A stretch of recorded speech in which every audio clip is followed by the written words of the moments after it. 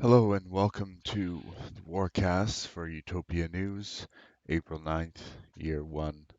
It's age 92, the age of ancestry, Sea Reporter Wind. We're going to be looking at a couple feature wars today, as well as, looking at all the wars in progress. So let's get started here. All right, let's see what we got here. Okay, so we got Dyslexic Defenders and Crackerjack for Charter. All right, we are ready to go. So yeah, this is a war we've been looking at in a couple broadcasts from before, and the Monarchs kind of reached out to me and gave me a little bit of intel to kind of feed into what we were talking about. Especially helps us with regards to dragons. It's really hard to capture intel for so many kingdoms going to war, so it definitely helps when the community reaches out and gives us as much information as possible. In this case, this is what happened. So we got some nice intel here. We got our 410 war. All right, so we're looking at 410 versus 710. That's Dyslexic Defenders and Crackerjack for Charter. Um, so in this instance, I believe 410 was dyslexic, and they ended up withdrawing from the war. We can always check that, of course, on our target finder here. Oh, so yeah, so they are 310 actually. So I don't know why I had them that way, but there we go. So 310 versus 710. And Dyslexic Defenders is at 310. Crackerjack is 710. Now, they gave me some of the feedback here, and it's actually amazing how many dragons they had in this war. Um, and as well with the second war as well, they had a good amount of dragons. So it's nice to see more dragons as was projected. But as you can see, this was one of those wars where, at first glance, it looked like a very even war, anyone's battle. But by the middle, kind of, it seemed like one kingdom was doing slightly better. Obviously, you can see the line that I'm pointing at here. And but you see, before this line here, it kind of changed over a little bit, and it seemed like it was, again, anyone's war until finally, again, it seemed to follow a similar pattern of a two-phase pattern of a good fight back and forth, followed by, now this is just the land, mind you, followed by red seemingly taking the lead here, and that's what happened into the withdrawal. I mean, we look at the honor here. We're just doing chart analysis here. Kind of looks, sorry, net worth here. Kind of looks the same way. It's an even fight. Even still, those land drops didn't seem to affect net worth too much at the beginning here. In the middle, you can see the convergence here. It seems like a pretty tough war, actually, net worth wise, going through. However, red doesn't seem, um, didn't seem as if they were kind of going anywhere. They seem to be stable, but always maintaining that course and slowly bringing blue down with them until you can see, closer to the end. Eventually, again with the land, they kind of took off there, and defenders kind of just decided, you know what, we can't win this. It's probably time to withdraw. As you can see, red was giving them a really good run for their money, taking them on a downward trend. Either way, they withdrew net worth up, so good for them. Well, not entirely, but I mean, where the data starts here, I'm not exactly sure. We need to get that fixed. Um, but I think it's also to help stop people from making it so easy to follow kingdoms all the way into their ceasefire, although you can still kind of do that with this information here, but that requires quite a bit of effort on your part. Either way, looking at this war, it seemed like it could have been anyone's war. Looking at the net worth wise, let's look at the honor quickly, and we'll do a quick peek at some of the news that I was given from the kingdom. Kind of the same story we're looking at here. The beginning of it is kind of, red's in charge of the situation here, and kind of blue pulls it back and says, you know what, uh, they had some kind of counter here. I'm thinking this has something to do with dragons as well, and focus and income focus especially. But here, red seems to be the dominant player honor-wise in this war, even though it seems like blue entered the war kind of in an upper hand position. Maybe not actually. We need again these dates are kind of messed up, so we need to look into that. But it's likely red entered the war in the upper position here. So I'm going to switch the screen over here just so we can take a look at some of the news that I received here. Oh, is it going to show it? No, you know what? It's not going to show it. Okay, so we're going to go back to our thing here. Oh, doesn't want to work now. That's not good. Oh, we're going to have to fix that real quick. Okay, there we go. All right, so basically, we're just going to look at the net worth chart here while I read the news that unfortunately I can't quite show you right now for some reason. It's not showing up on the screen. But it's basically just a news capture. Basically, the Kingdom for 310 rather received 11 drakes, and they sent 8 dragons. So 11 dragons. That's I think the all-time number right now. 8 is also the all-time send that was reported from anyone that we've spoken to as well. So that's pretty impressive as well. Total attacks made in this war, you're looking at 698, which is pretty impressive. Now, I did format this news fortunately, so we can look at it here. 654 attacks, that's pretty intense. 13 failed, not sure what happened there. Some ambushes, raises um, on the other side there. Some massacres here, raises, some small conquests here. Attacks suffered. So you can see they suffered more attacks and acres lost than the enemy. It's evident by these numbers here. Those are some pretty good high numbers, definitely for war. I mean, this war I think was 116 hours from start to finish. So you got about 250 uniques on the enemy and about 224. I mean, if you look at the numbers here, that difference of about 26 attacks probably makes up that difference of acres at least, but definitely, the attacks made. I guess you could double that number to get the acres as well. But again, it depends on what kind of targets you're going after. You can see some of the enemy targets here. They did pretty well for themselves. These explosions guys, in most cases they had a lot of attacks, but as you can see, they've got twice as many in some cases. I mean, look at this guy, 52 attacks suffered versus 46 attacks made. I mean, look at this guy down here, 51 attacks to 65 attacks suffered. That's pretty intense. I mean, they really focused on some of these provinces here, but as you can see, they've bounced back. So I mean, it really comes down to how you manage your resources and play your province here. I do have some notes here. Just checking here to make sure.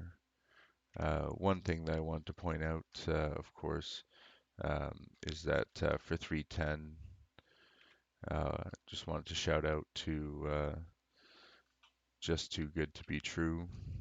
It's one of the best provinces. Of course, everyone wants this player in their kingdom. Um, you know, so just want to shout him out. And of course, we want to keep looking at the war here. So as you can see, 310 lost quite a bit of acres here. Not a huge amount, but I mean enough to lose their foothold. Basically, if you look at the uniques down here, I mean, it's a situation here: 14 versus what the core is basically averaging at 8 or 9, a couple of them 10 or 11. Versus the enemy here, look at 2 guys at 14 uniques, two guys at 13, at 12, a couple, 11s. The core is at 10 and 9. I mean, this is the reason they won the war here. I mean, that's evident in their numbers here. But I mean, it comes down to again, players and managing resources, and 1 or 2 players can really make a difference. Here's some numbers down here, just highlights, of course. Again, look at the aid packets sent in this war. This is a very active war. 393 aid packets. I mean, that's a huge number. I wanted to quickly look at some of the dragons, but I mean, that seems like it would just be a waste of time at this point. I mean, I think I covered it saying, they got 11 dragons. That's also a huge factor, and why we're seeing this huge decline in net worth here. I think we were talking about that in the previous podcast, but that's probably the reason that you're seeing this kind of trend. I mean, both these kingdoms fought extremely hard. I mean, I would be, not afraid, but these would definitely be amazing kingdoms to go to war with, one way or the other. Great job, everyone. Just want to see if I have any notes regarding these wars. Um, may have as well. But yeah, it was definitely a great war. I mean, these two kingdoms are definitely ones to watch for the rest of the age. By all means, go to war with them. You might learn a thing or two. Definitely the way you win in Utopia is by learning how to deal with different strategies. So it's really hard to have that perfect age, but once you get the hang of it, the games, there's not too many different things that you can do. Usually there's a meta to everything, and one or two ways are the best way to do it, but you can make it work. I mean, it depends on, again, your provinces and resource management. So it depends on how much you want to play. Generally the game rewards those who want to play the hardest, that is the most, or put the most effort into it. um, so it's definitely rewarding in that regard. I mean, sitting and stuff certainly makes a difference, but at the end of the day, it still comes down to planning and resource management. So it's great for anyone that wants a very logical game, because there's only so many facets. So let's move on to the next war here. We're looking at 4-4 versus 4-5. Um, looks like Message for War was the one that won here. Recruiting for one attacker is the kingdom um, that withdrew. So 4-5 is the kingdom that withdrew, and it looks like they're recruiting one attacker. Probably a great kingdom to join. I mean, it looks like they fought this war pretty hard. Definitely not facing an average opponent. Um, I'm not sure if they lost one province during the war. I don't think we got over that, but I mean, still look at this pretty strong performance here. Message for War, please. Obviously, very war hungry. This victory didn't happen very long ago. Looking at the land, I mean, they got a pretty solid performance. They came in the bigger land base, but I mean, we're going to look at net worth to see if that's the same case. Looking at the net worth side of things, it looks like it was about average. So they were land fat. Recruiting one attacker was a bit land fat in comparison to Message for War, please. It was a bit leaner by the time they entered the war. Um, at least it seems that way by this numbers here. But they've got this nice solid pattern here of only dropping a little bit at every wave, but as you can see by the lack of convergence here, they weren't really able to take Message for War down enough to control them, and basically it just turned into Message for War taking out one province at a time. And let's take a quick look at the honor here. Um, again, it kind of looks similar to the land. Basically, as they're taking down provinces, they're taking out the honor. So probably not too much TM stuff going on in this battle. Again, it's a year zero war, so I mean, there's not too much to expect in that regard. Again, unfortunately, I can't really show you my notes right now. I'm gonna have to work on that for another broadcast. But basically, yesterday, a couple days ago, when I got this intel, um, we're looking at a pretty even war. There was some dragons. We actually had some commentary from Smiles as well on this one. Basically, we had kind of examined the war up until I believe it was mid-February or the end of February, year one, and essentially our comment went as so. I believe the one side killed two dragons, so that would have been 4-4 would have killed two sapphire dragons, while 4-5 was sitting on an emerald dragon, and they had another 4-4 had another Emerald Dragon in the pipeline as well. Some comments from Smiles include no one's really funding dragons at this econ. Their econ was pretty low. Their wages were relatively high. So I mean, they were probably struggling to fund any dragons at this point. Probably the reason there were so few dragons in this war versus the last war we were looking at had about 10, I believe it was 10 dragons to 7 or 11 to 7 dragons. It's still a ridiculous amount of dragons. I mean, considering how cheap they are, if you have that number, that seems to be the average number of dragons in past Ages War. So not really a surprise there. We kind of talked about that in the pre-Age videos. Um, some more comments from Smiles include, um, if they soloed the Emerald, um, it's curious that they don't. If they had a single emerald, it's curious to see why they wouldn't slay that. But having a backup, makes it less likely to engage in that slay because you have another emerald aimed at you. So if they can fund it, then and you just kill it, you basically wasted those defense troops. So that really hurts your core as well as your TMs. So, that's where it comes to, you really got to pay attention to what your enemy's doing with regards to those power plays like that. Dragon and Ritual are kind of like a power play in that regard. Those are two factors to always watch out for during, um, enemy wars. In this case, I believe 4-4 was running an Onslaught Ritual while 4-5 was running an Expropriation Ritual. You guys can look that up and of course see what those are about. But that'll give you some idea of what they had. Um, I'll just tell you, Onslaught is basically more kills. Expropriation is gains with some added features, extra credits and things like that. Onslaught gives you increased OME and enemy casualties. So you can see how one was geared for killing troops and one was geared more for gains. The one for killing troops ended up winning, as you could see in the net worth decline, as well as in the having 4-5 sitting on the dragon. So they were killing their troops every time they were marching, basically. And with that backup emerald, they probably didn't have a choice anyway, so it didn't matter. Basically, the way this kingdom was set up, the one basically had, elves, sorry, lots of fairies. I think in total they had about 15 fairies. And some dwarfs undeads. So basically, they're baiting with their dwarfs and undeads, and they've got a nice big wall of fairies to back them up. So, as we talked about before, I mean, it's no surprise here that fairies are strong TMs. So, I mean, any kingdom that runs, um, it's basically a wall. I mean, a TM wall because they have more TMs than attackers. So, it's just it's the opposite end of the strategy. Both work. I mean, again, it all comes down to your engagement and resource management. One's not necessarily stronger than the other, especially this early in the age. If anything, there's certain attacker combos that should just dominate the entire playing field. With regards to that, there weren't too many other comments from Smiles other than, Dwarf and Undead. The combination is a super deadly early age, as again we mentioned several times, myself, Persian Cat, and Smiles, and I believe some of the other people mentioned it as well. Saps may have even mentioned it. Unfortunately, hasn't been part of too many of our conversations yet.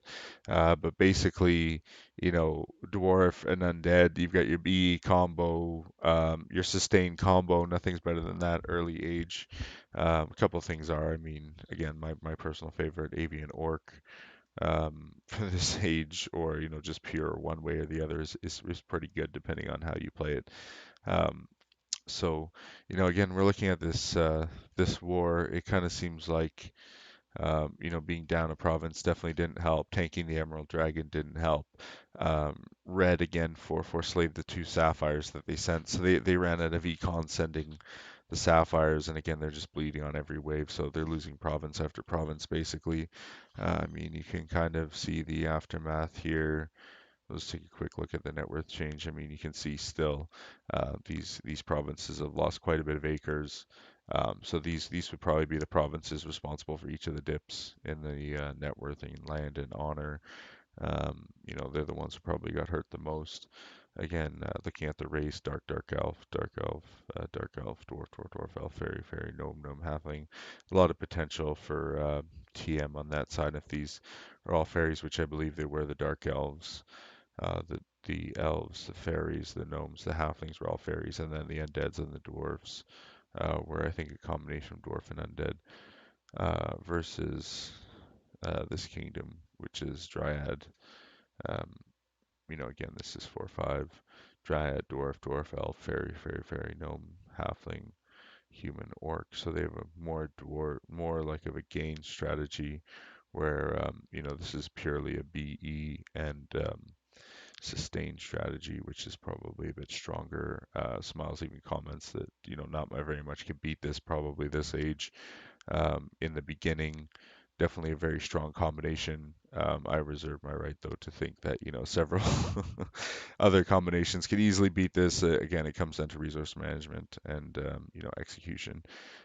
So again, just a quick look at the uh, intel for this war. In comparison, it didn't last as long. It's only about 50 hours, 56 hours, I believe, is what the target finder says. I mean, if you look at some of the information here, um, 87 uniques versus 77 uniques, so not a huge difference in uniques, but if you see the attack suffered, that's a pretty big difference in attack suffered. Not a huge difference in land, though, so they must have had a lot of small attacks on, they probably had a deeper chain, which probably explains why those provinces are still visibly damaged. And again, huge gains on the enemy 4/4 here, across the entire kingdom, whereas only a handful of provinces in 4/5 are still doing well off, probably because they weren't broken yet. That's when you withdraw. That's a good time to withdraw so that you don't lose all your big kingdom, your big provinces in the kingdom. Looking at the unique side of things, it looks pretty even. I mean, 5-4-3 distribution. Again, 5-4-3 distribution, although it looks like 4/4 had more attackers going out, so that definitely played a part as well. Probably maybe some of their TMs were marching small armies on opponents with less defense, probably because they were just losing troops at Dragon, so it came down to training defense and training offense. And when you have blanket spells like meteor showers, or anything that's killing troops every tick, you got to be aware of that. Getting attacked and you're not retraining them, it's very easy to run out of defense. So again, you look at the attack suffered here: 66, 35, 22, 29, 27. Um, those are pretty intense. But same on the enemy here. I mean, 37, 25, 25, 26. Some of these guys are completely untouched, though. Except for this guy at the top, he did really well. Knights of if Badassdom. Knights if Badassdom, I guess so. Knights of Badassdom. Um, Definitely, one of their better provinces there that seems to have managed to overcome so many hits. Whatever he was doing, or whatever that province was doing, was pretty good. Again, some of these guys are untouched. Funky Town, not sure what he was doing, but he only gained 175 acres. They only gained 179 acres from 10 hits. Um, Again, same with this province here, completely untouched. Only these three provinces seem to be untouched on the 4/5 side. However, um, so you can see there's quite a difference in the number of attacks. So that definitely played a part in this war. Let me just see if I have any other notes regarding this war that we need to cover. Okay. Other than that, I mean, this is a pretty good war, and I'm pretty sure they were down a province going into the war. So again, very close war. It seems like the other kingdom just had a better strategy going on, and that's what won them the war at the end of the day. I mean, if you look at this, it seems like they definitely were fighting back, but again, being down one province, and then once the favor is kind of tipped out of your favor and you start losing those high offense provinces that are able to attack TMs or able to multi-tap their biggest attackers, then you're kind of not falling into the best position. So you want to kind of keep in mind what the enemy is up to and what their provinces look like. That's why, again, I can't stress this enough to the viewers and anyone listening, and of course, whenever I run a kingdom or I'm part of a leadership, how important intel is. I mean, your SOTs, SOMs, sciences, surveys, and infiltrates. Like, I mean, you need to have those. At least, most of them you need to have at least done once, like minimum once per war. You can do some of them later, but they might not be as viable. I mean, I'll leave that entirely up to you to figure out what to do with regards to Intel. But I mean, SOTs and SOMs, those are pretty important. Most people will be able to tell you if you just ask them outright what is important. I mean, that's kind of it with featured wars for the day. I'm going to take a momentary break for a second and just reload some of the images on the screen here so we can examine some of the wars currently in progress. Just while I kind of mess around with stuff in the background, I'm just going to have the regular splash screen up there. Looks like we had no additional wars start since I last checked this information. So we'll just quickly go over it. And special thanks to everyone who reached out to me and gave me the intel that was required to do that featured war report, especially with regards to and we're seeing about 10 or 11 dragons, so there's several more years left in the age. I expect to see a lot more dragons. So thank you very much again to everyone who reached out to me. We're just going to do a quick review of some of the wars. Most of them are only 2 days old. We were off for 2 days. I had a party that I had to take my kids to for a friend because of coronavirus, who weren't able to go for a long time, and so they finally get to see like one of their friends from 2 years ago that they've never seen. It's his birthday, so we ended up going to a patio and doing like fireworks and stuff later when it was dark. They stayed up all night. The wife was really angry, but whatever. The kids had fun. Um, but anyway, and then the next day was Canada Day, so I was really really drunk. So there's no way this broadcast was going to happen. But today we're looking at the wars in progress to catch up. Of course, we did the featured wars. So again, thank you to the monarchs and the leadership that reached out to me to provide the intel required to help with this, examination of the war. We're going to look at some of the wars currently in progress. Some of them may have finished by now. We're going to find out when we look at them. All right, here we go. Here's our target finder. I mean, there's nothing special about it. Before we get started, Wacko shared something in the Discord, which I want to take a moment to show everyone. I'm just calling it Wacko's bot timer. This is really useful. I mean, I built one for my kingdom that I used. I never really shared it with anyone because it was my kind of own thing. But this is Wacko's. Basically, does the majority of the work for you to add events into the builder. Sorry, into the bot. So it makes it a lot easier. I shared some of the links here. You can kind of check them out. Again, I'll share them. I'll share them in the video link, so it'll be easier to see for yourselves on YouTube. You can just link directly to Discord, or you can go to the direct link here, which again I'll share on the YouTube video description. Again, this is very useful. Input all the information, and it does the majority of the work for you, so you can easily set the events for your kingdom. It really doesn't take too long when you're really experienced, but definitely for new players or returning players, this might help a little bit. Again, I call it WACKOs events. I think it's just called something random, something else. Bot times end a war ceasefire. I called it WACKOs thing because I have a bunch of stuff that I plan on sharing with everyone that was shared by different members of the community at some point. So thank you, Wacko, for that. We're going to look at our target finder now. Now I've kind of already opened up, all the wars we're going to look at. As you can see, there's quite a few to go over. So let's dive right in. All right, we got no war retelling. Going to war with, we have a random theme. I mean, this clearly shows you that people's names mean absolutely nothing. Um, let's take a look at what's going on in this war. I mean, first things first, seems like we got even numbers here. Just looking at the numbers, it definitely looks like No War Retelling is not in a winning position at the moment, net worth wise, acres wise, or honors wise. I mean, looking at We Have a Random Theme, definitely the opposite. Let's take a look at the land. I mean, they definitely won the war here. Um, not too much else to examine here. Looks like it might have been a closer battle going into the war.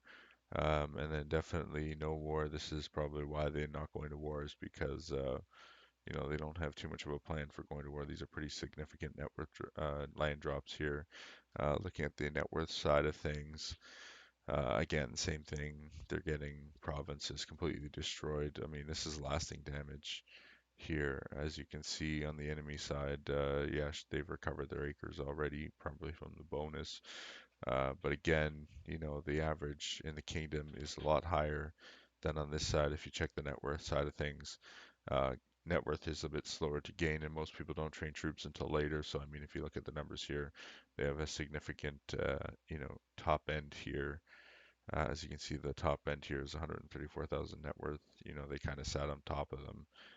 This entire amount of, this entire part of the kingdom, basically half the kingdom was sitting on top of them in terms of net worth. And the bottom end, their bottom end was 85, their bottom end was 82. So even on the low end, they're beating them in that regard. But land-wise, they weren't doing too bad either versus the enemy land here. As you can see, the averages are a lot higher. Even if you deduct the bonus, I mean, there's still a significant difference looking at the honor side of things. See if there's a pullback. But I mean, see, definitely there seems to be a strong battle that happened on the honor side of things. So they're definitely doing their chains. Definitely some ops are going down. But we have a random theme seems to just be having a better strategy in this regard. Oh, I hate when this happens. There we go. Yeah, I mean, honor-wise, it looks like both sides were fighting pretty hard, but in this regard, it looks like Blue may have just been disabling provinces while Red was just doing some micro chains that, to be honest, it doesn't even really look like they were doing that much damage. It seems like We Have a Random Theme was growing in between their waves. So, while No War Retelling was, of course, shrinking every wave and never really managing to get up there. I mean, they almost lost two net worth brackets. So, I mean, that was kind of the end of that war.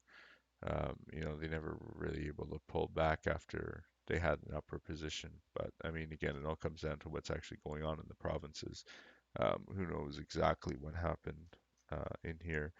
Without looking at the news, it's possible that Nowhere Retelling didn't have money for a dragon, and they were taken advantage of. And maybe they did have a strategy, but they lost their strongest provinces, and that quickly led to a fatal knockout. All right, let's look at the next war. Classic video games versus Duck Says Quack. Okay, this war is still going on. Looks like 55 hours in. Definitely a good battle, but definitely, again, we see the divergence here. Duck Says Quack seems to be taking the lead. Again, they seem to be the stronger proponent now. The war definitely flipped over to, Duck Says Quack side of things. Looking at the net worth, again, we see a strong battle that indicates that a kingdom like Blue is going to take the win on this one. Whereas they started kind of on the bottom in a sense down here after the first or second wave, but again managed to pull themselves up and position themselves on top of classic video games. The red, looking at the honor, oof, oof. Okay, yeah, well, Duck Says Quack, definitely the stronger opponent here in terms of able to capture ability to capture honor.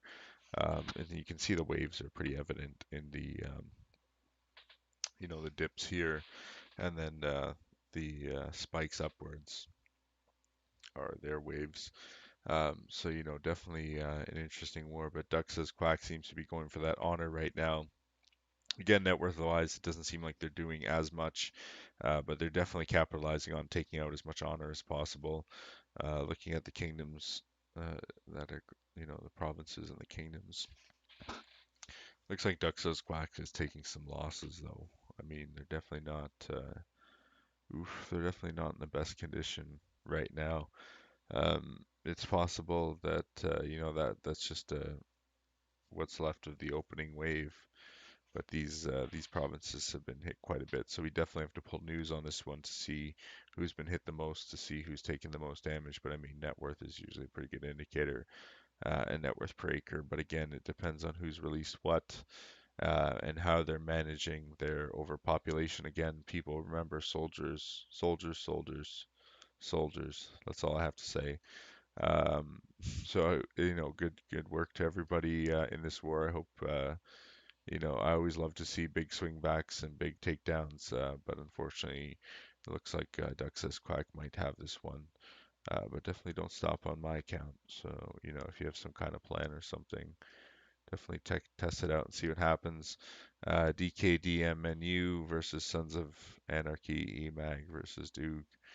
Um, let's take a look at the changes here first.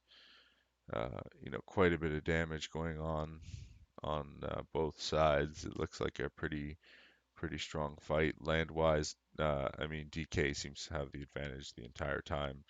There was some convergence about to happen, but it seems like they managed after that to keep a good amount of distance. Eventually, Sons of Anarchy giving him the win.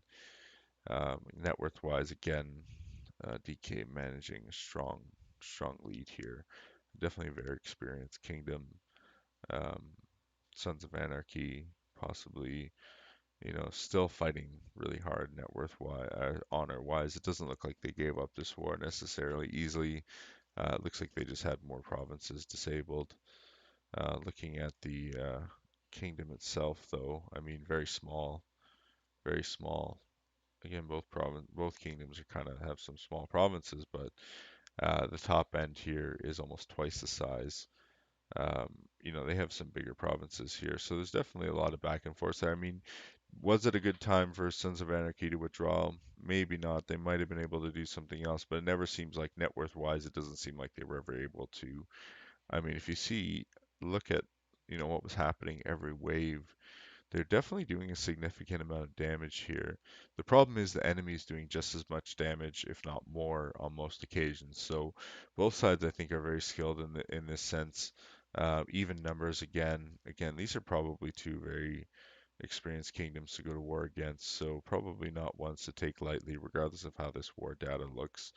Um, you know, just because things look a certain way doesn't mean that's the way that they are. And especially with Utopia, you have to keep that in mind. Um, things you can't take things at face value. Let's look at the next war. Um, okay, let's see who we got here. We got Wargreed 6-7 versus Wargreed 7-5. Please stay out. So this is probably the kingdoms we're looking at. Looking at the land, it's a very tight war. I mean, both kingdoms starting in a very similar position. Going into the war, War Greed seems to have a slight advantage, but quickly disappears as War Greed makes their wave. Back and forth, back and forth. Oof, it could really be anybody's battle in this regard. I think we don't have enough time, 48 hours on this war. They're just at min time basically, so there's not too much. Net worth is slightly different story, however. I mean, it seems like War Greed is managing to control the net worth a little bit, but they are also the kingdom with one less province.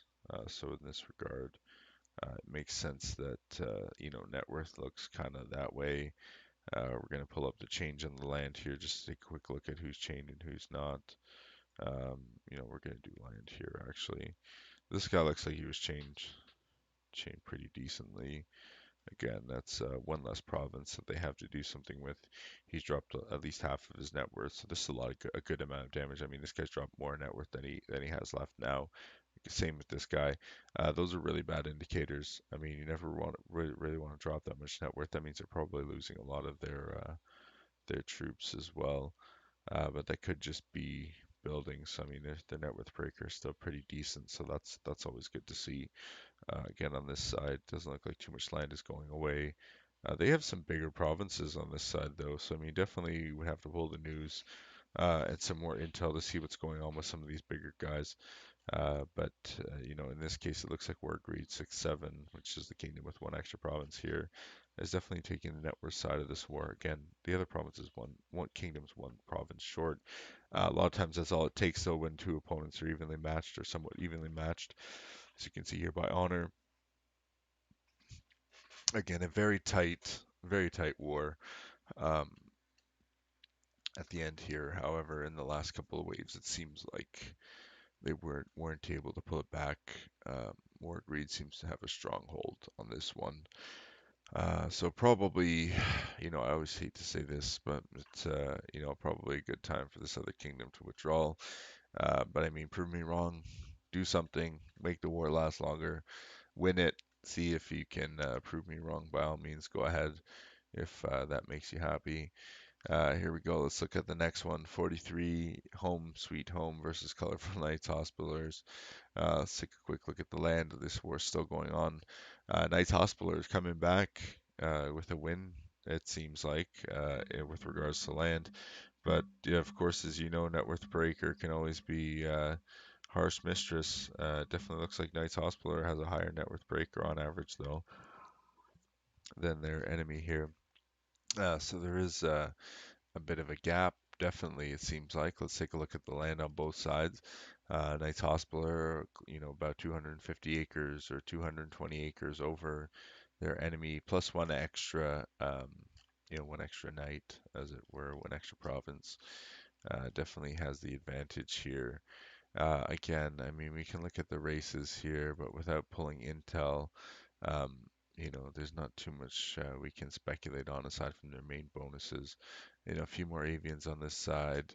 Again, keep in mind who's winning. Color from Knights Hospitaller, so I get more dwarves, avians. I mean, this is a pretty solid core. Dryads and dwarves and avians. I mean, some of the dryads are pretty big. Again, remember, dryad has an income bonus this age, so definitely a good province to cow or grow and turtle at the top if you're running it as an attacker. Let's look at the net worth quickly. Um, again, it definitely seems like Knights Hospitaller has a very strong hold on this war.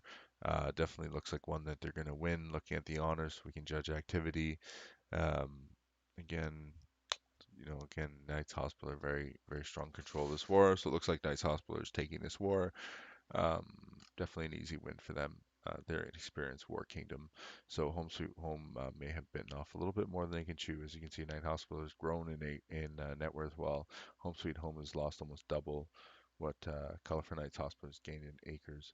Sorry, net worth. Let's move on to the next war. We've got Myths and Legends War of Greed versus Marauding Critters. Definitely, an interesting war here.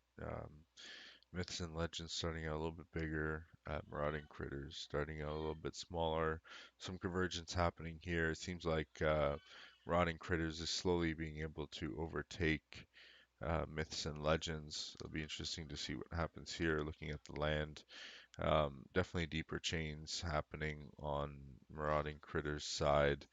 Um, Slightly deeper. I mean, these are well, not even actually, but I mean, taking them down land-wise, change-wise, not so much deeper, compared to this avian or this dryad. But I mean, these guys are under 200 acres, so that's nothing compared to these guys. These look like incomplete or slightly somewhat micro chains. Whether they were effective enough, it doesn't seem like they were. There's definitely a lot of net worth lost on these provinces, so they're killing a lot of troops here. There's probably some dragon action involved on this side.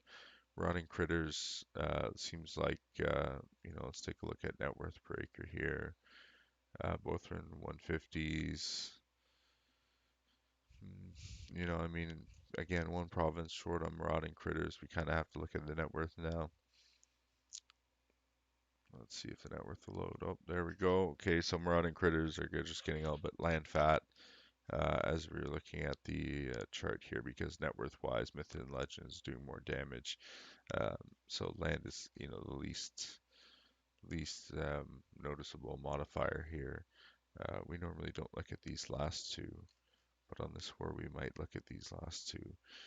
Definitely seems like Myths and Legends is taking advantage of the one less province, and just capitalizing on that ability of stealth and um, mana that that one other province has if they're doing that, or just even the other attacks. If you look at the numbers here, it's not too bad. They're losing a lot of net worth. In both sides are losing acres, but it's, they looks like they may have just withdrawn. Let's see if we take a look at the land here. Oh, no, definitely not withdrawn. It's just the wave.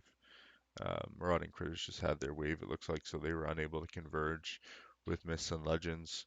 So probably a good indication that even this war is at 35 hours. This war is probably going to go towards Myths and Legends. Again, Marauding Critters proved me wrong with one extra province, one province down, and already trending, land-wise. And again, we'll look at the net worth wise. This if this is your wave, this is where they are. I mean, that's not a good sign. Again, one province down. Honor, again, it's a good ceasefire for you. I'm not saying there's anything wrong with that. Looking at net worth or land percentage wise, as you can see, there's a bit of convergence there. You never really want to see that. Now, in this case, even percent net worth wise, Myths per Legend is actually gaining. They have more consolidated acres in terms of, they got more net worth sitting on these acres than Marauding Critters does. So this means, they're lower, so they're a bit more land fat.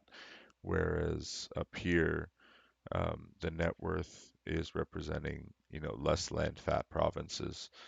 So that's the way you read that chart. Looking at the next one, we've got Pillow Talk versus Schizophrenic Cocktail. We're going to look at the land here. Um, Again, I apologize for this broadcast going a little bit long. We have to cover some wars that we didn't initially have time to look at. The past 2 days was just not possible. Again, it looks like Schizophrenic Cocktail took charge of this war early on. And every wave they're managing to stay on top. This one wave is especially damaging to Pillow Talk, but Pillow Talk seems to have done a very nice damage on this next wave and almost created convergence. This could be one of those wars that goes on longer than min time, and Pillow Talk could very easily swing this back to their end. So again, I'd like to see those very tight wars. So by all means, do what you can do to fight that war. Again, it looks like here we look at the net worth. Pillow Talk, even though starting in a lower net worth position, they managed to gain an upper hand on the net worth position and continuously beat down Schizophrenic Cocktail. So, I mean, again, you don't want to just necessarily look at land when you make your decisions about war and war planning. As you can see, Schizophrenic Cocktail has smaller provinces here. um, at the bottom, however, at the top, they have some larger provinces, all avian. So maybe there's some pure avians in this kingdom. Again, we got to pull intel to tell. But this mixture of provinces here doesn't look like they can definitely like they can't beat the avians in terms of acres gained. So the avians could probably turtle at some point, and these are some pretty big avians to start with. I mean, if you look at these provinces, though, they've taken a lot of damages. Sorry, a lot of damage land-wise. So it's not like Pillow Talk is, necessarily giving this war away. They're fighting pretty hard. So let's take a look at the honor here. Again, the true indicator. See, this is a really hard-fought war. So look at the honor. There's a lot going on here. I mean, look, this is a pretty huge swing. Pillow Talk really did something here. I mean, Schizophrenic Cocktail is still managing to converge, though. So it's a very tight war. Definitely not something either side should give up anytime soon. I definitely like to see who wins that war. Probably a good war to watch. Moving on to the next war, we got War Greed 4-9 versus Weak Drinks War. Looking at the Kingdom land, looks like this Weak Drinks Wars is probably going to take this war if we look at the land. But of course, let's look at the net worth. Um, similar story to the land. It looks like every wave they're disabling provinces. Let's take a look at the actual land of the provinces. War Greed is the Red Kingdom on this side. So yeah, I mean you got provinces under one province under 200, 300, one under 400, and it seems like the majority of them are about 400 to 600, maybe even 700 acres. But as you can see, Weak Drinks has got some much bigger provinces here. They do have some provinces under 500 acres, but these are probably the chained provinces, whereas these guys have been allowed to grow. Definitely looks like attacks have been focused a little bit more on this side. Net worth damage doesn't really indicate that. Kingdom wide, there's a lot of net worth damage, so probably a lot of ops coming out of this side. Looking at the ops, yeah, so like fairy, halfling, dwarf might be, and dark elf might be TMs. Their attack core might be dryads, orcs, and undead here. So it's very likely that those are those are TMs. Look at the other side, avians, so probably attacker, maybe a TM, but probably an attacker.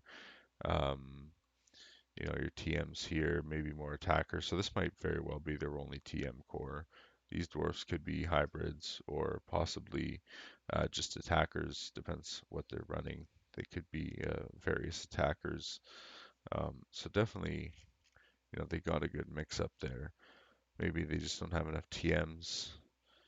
But again, when you look at attacks, it seems like weak strength is definitely doing a bit more damage. It would be nice to see the dragons in these wars. Some of these wars where you see these cascading staircases, um, they're very good chains and also backed up by dragons. And when you see, the enemy going down, they probably are fighting dragons as well. Let's take a look at the honor side of things. If it loads, there we go. Pretty hard fought battle initially, it seems like. But of course, this last wave for War Greed 49 wasn't able to achieve convergence. So, especially if the next wave they're not able to achieve convergence, or it stays the same or grows, this bottom point here, it's very likely that weak strengths is probably going to win this war. Um, so let's look at the next one. Varg packet. Oh, here we go. Varg packet again. Versus Reborn of Noah. Like these Varg packet guys. They got a funny name. I think they have a wolf on their thing, so I like that. Looking at the war here, Reborn of Noah and Varg packet seems to be a pretty good battle here. Land-wise, no one's really getting land fat. They're doing a pretty good job exchanging acres. However, you can see here, Varg packet's never really able to achieve convergence here. So Reborn of Noah seems to be managing to dominate every wave over wave. I mean, they're taking damage. I mean, there's probably some dragons going on here, and of course, Vorg Packet is down a province too. I mean, so if they had that one extra province, you'd probably see these lines are very, would be on convergence probably, if not much closer. Definitely not a war that they should necessarily give up. I mean, looking at the honor side of things. They never really seem to be able to achieve convergence here, and Reborn of Noah starts on top. So, um, not a good sign for Vorg Packet. Again, down one province. War's not necessarily trending in their direction, but I mean, it seems like the convergence is getting a little bit closer here. So maybe their game is a bit of a mid to later war. Time will tell. So good luck, guys. Definitely, I'd like to see those big swings. So prove me wrong. Make that win. Take that win. Don't give up easy. That's all I have to say. Next war, Drunken Party, Unnamed Kingdom. We're gonna look at the land. It looks like Drunken Party, Unnamed Kingdom. It seems like Unnamed Kingdom is, land-wise, is definitely in the lead right now. Look at the land. It doesn't seem like, on any of the waves here, they're able to achieve convergence after the beginning here, kind of. Very strong battle, though. I mean, there's probably some dragons involved here, but it seems like Unnamed Kingdom is growing slightly. They're growing very quickly. Probably some sustained damage going on here. Let's take a look here. Lots of humans, dwarfs. Even, well, one province left. Less on Drunken Party. I mean, again, it's kind of what you expect to see here in these one province less kingdoms. When you both have equal skill and you're sending dragons, you kind of see this thing one fraction of a separation in the lines here. And I mean, that's all it takes to get on top of the next kingdom. You look at the net worths here. There's a big province on this side, but they have slightly larger net worth provinces on Unnamed Kingdom. And even though they have like more under 100,000, these few up here can make a huge difference depending on what they are. They're probably TMs. I mean, halfling, fairy, fairy, fairy, humans, humans, big fat humans. Um, again, this fairy though could make a huge difference. But again, being short one province, if they had one extra province, that big fat fairy would be a lot more useful. So you always take a risk going into those wars, one province less. Let's look at the honor side of things. Um, this is more than one province's honor worth, but again, they went in with uh, less, less honor. So, it kind of looks like maybe Unnamed Kingdom won a war before, and Drunken Party was one war short, or they didn't take as much honor. Again, we gotta have to look at the kingdoms to find out exactly what they're doing there. Um, let's take a look here. We're gonna take a look at honor. Okay. Honor wise, again, one province short. This line of separation is probably one province. If they had one province more, that would be the difference basically here in this regard. So I mean, some lines of convergence here, but again, if you kind of mesh them together, even still, it's growing. The gap is growing here. So even at 30 hours, honor wise, this is definitely not going in Drunken Party's favor. Let's look at the next war. We got the Wood, PM for War versus Worms for War. Got even kingdoms here. Take a quick look at the land. Wow, some damage done here on the Wood side. Going up to the top though, it looks like they have some pretty big provinces stacked up here over, 900 acres versus the other side here, net worth breakers though. How are they doing on that side? Definitely some stronger net worth breakers numbers on this side, so it'll be interesting to see where this war goes. Again, only 29 hours in, so let's take a quick look at the land. Definitely a tough battle. Woods coming in, the bigger kingdom, finishing their last wave as the bigger kingdom. So they're definitely achieving some nice land swings here.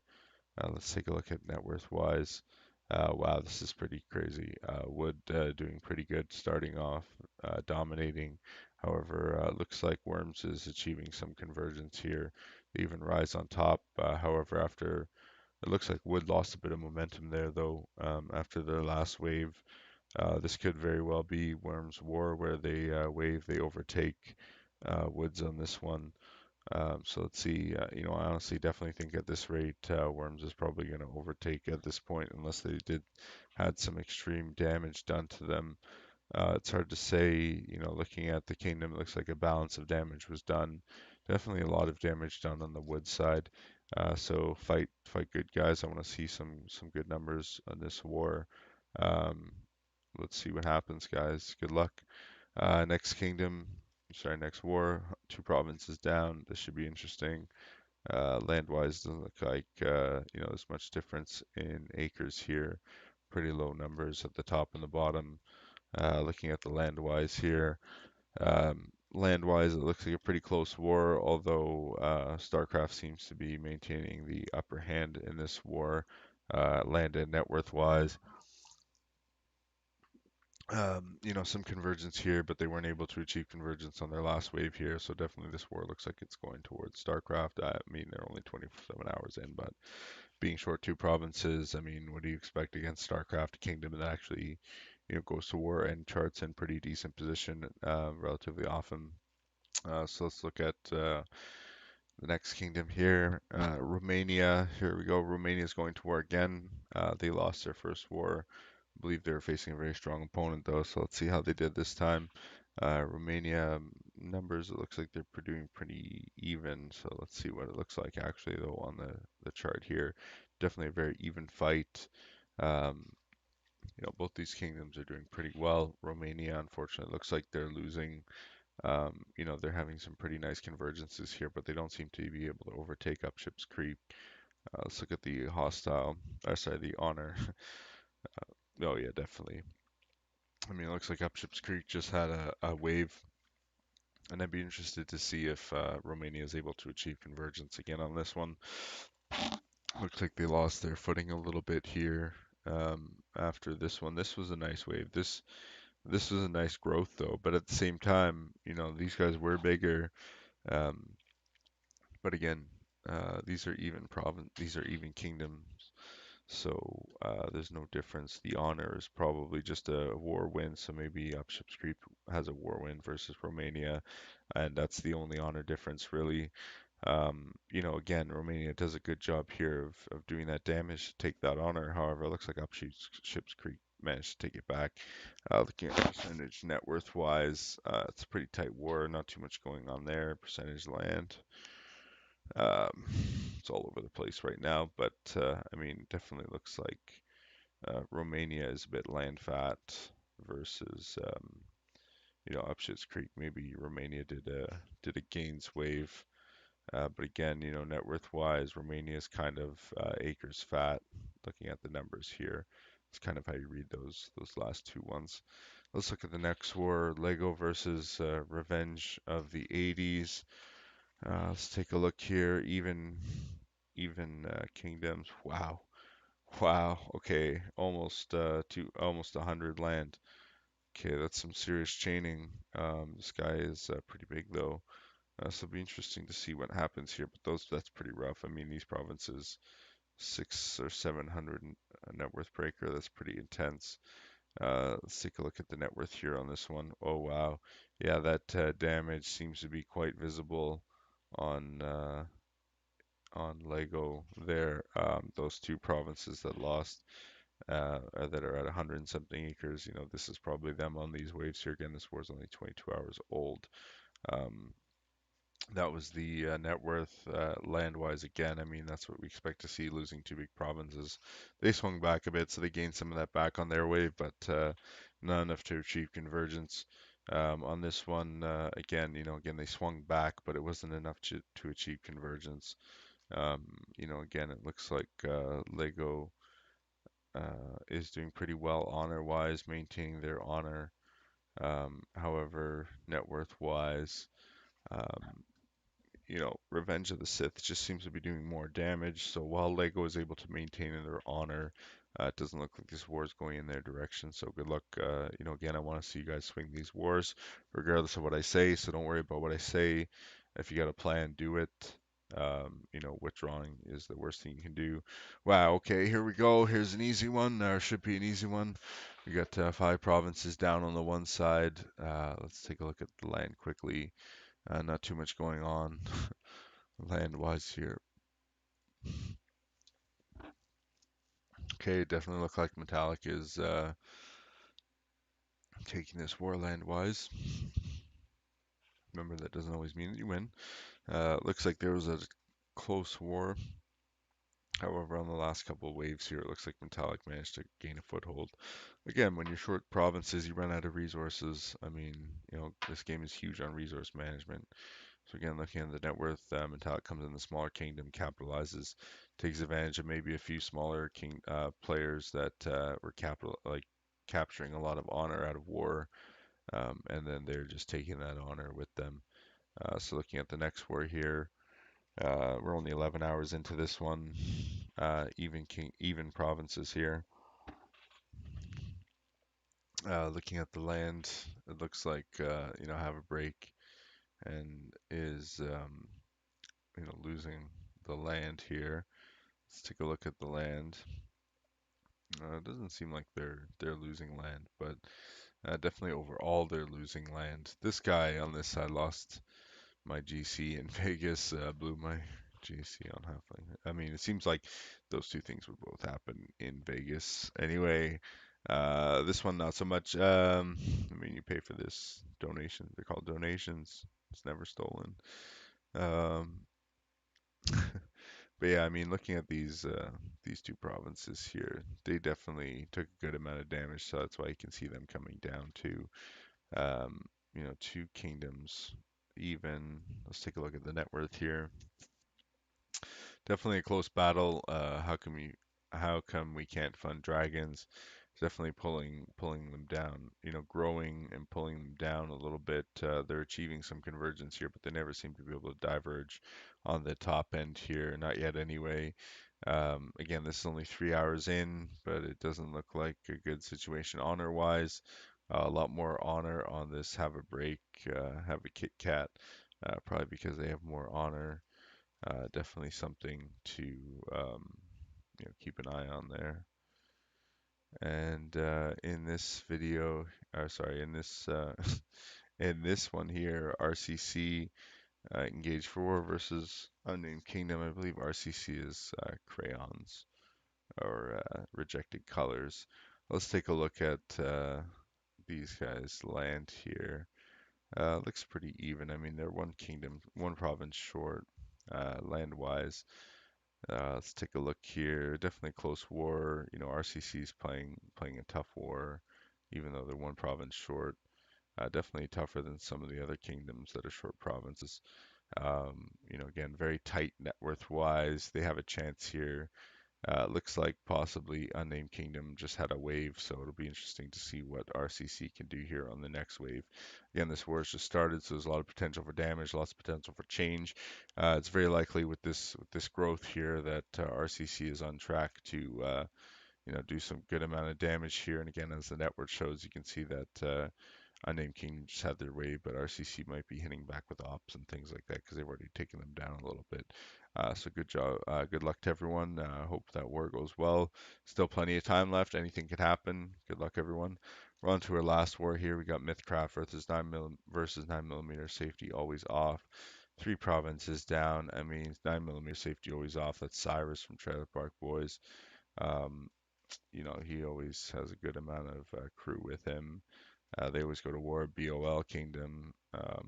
Let's take a look at the land here. They're kind of in control of this one again because the province, other kingdoms' province is short. I mean, what do you expect?